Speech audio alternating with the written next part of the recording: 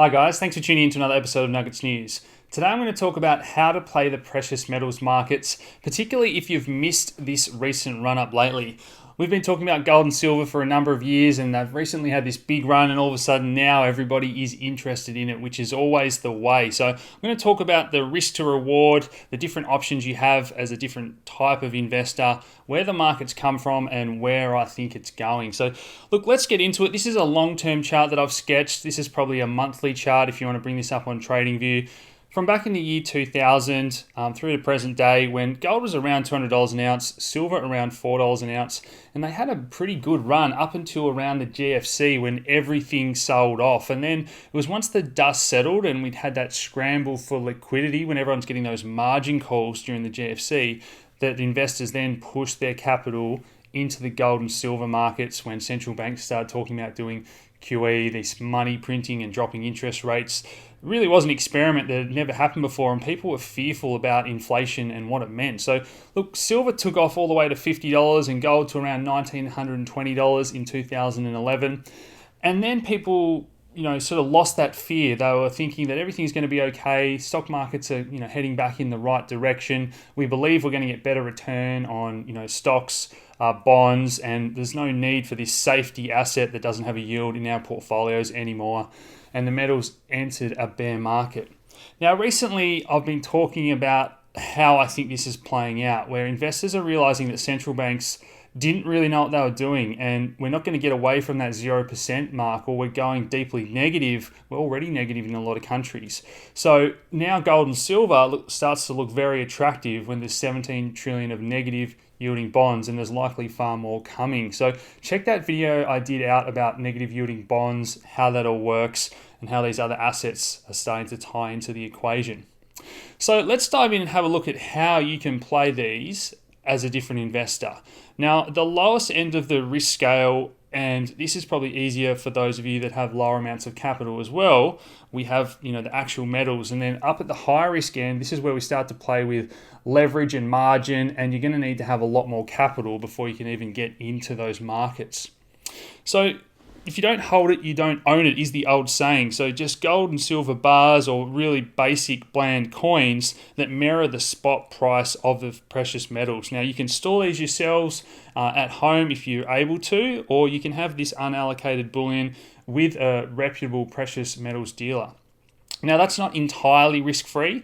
We've seen things in the past like bail-in laws, or, metals dealers that got a tap on the shoulder from the tax man in Australia recently. So it's not 100% risk-free, but this is probably your lowest risk, safest way to get exposure into this market for the first time. We then have coins, and there are plain coins out there that are just, the Canadian maple leafs are a great example, that mirror the price of silver with a slight premium above and below when you've got to sell them, because those dealers need to make money somewhere. But we have semi-numismatic and collectible coins. So you're going to pay a little bit more than the actual cost of the metal in the hope that they become collectibles because of their rarity in the future. Now, the risk that comes with is that you don't pick wisely. So Perth Mint, for example, might put out the year of the panda coin and you buy it as an investment as well as getting that price of silver exposure.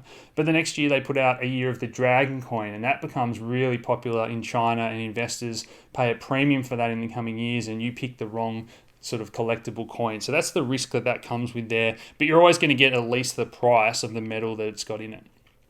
We then move into these Wall Street investment products, and they certainly start to come with more risk. So exchange traded funds have become a great way for people to get exposure to gold and silver at the click of a button. And in theory, they are backed by an ounce of gold in a warehouse or an ounce of silver. But we've heard these stories of rehypothecation where more than one account has the same amount of shares.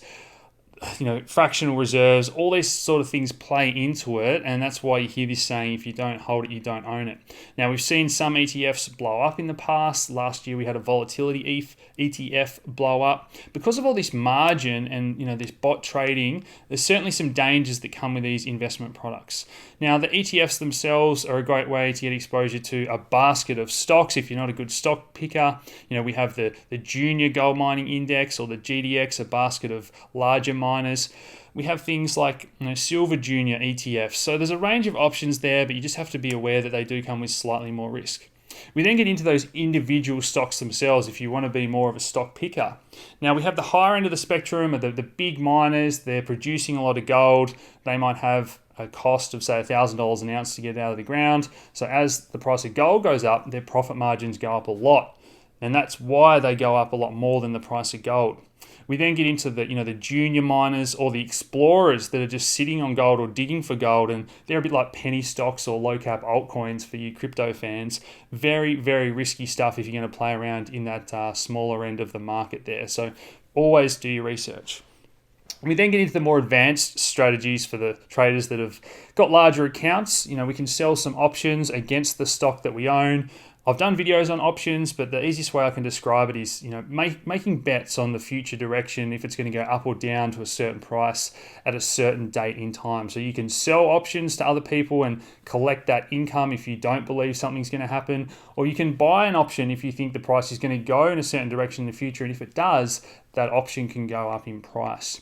We then get into the futures markets, and these are very controversial. We hear about these cash-settled derivatives that don't really reflect an accurate representation of the market. So we hear things like naked short selling. And what that means is that an investment bank with a large account can sell huge amounts of silver without owning any silver. And a lot of people say this is how they suppress the price and keep it down. We have seen investment banks get fined for manipulating the price of metals. But if someone wants to buy a large amount of gold or silver and they do it through the futures market, they're not actually buying real gold or silver. So this is where we get right into that world of fractional reserves, rehypothecation, cash-settled markets. Many people say that this can't last forever if there's a big demand for real precious metals, particularly from Russia or China or other countries that don't want to play the Wall Street game, so to speak. Now, we've also got options of the futures markets for the big boys out there, but futures contracts are 5,000 ounces of silver or 100 ounces of gold. So that's trading around $100,000 or $140,000 worth of notional value, and you're going to have a margin account if you're trading futures. So you're still going to have to put up around $20,000 or $30,000 per contract there. So if you don't know what you're doing, trading with leverage and margin with the futures, super risky. But a lot of those guys that have been trading recently are sitting on very big profits because of that leverage.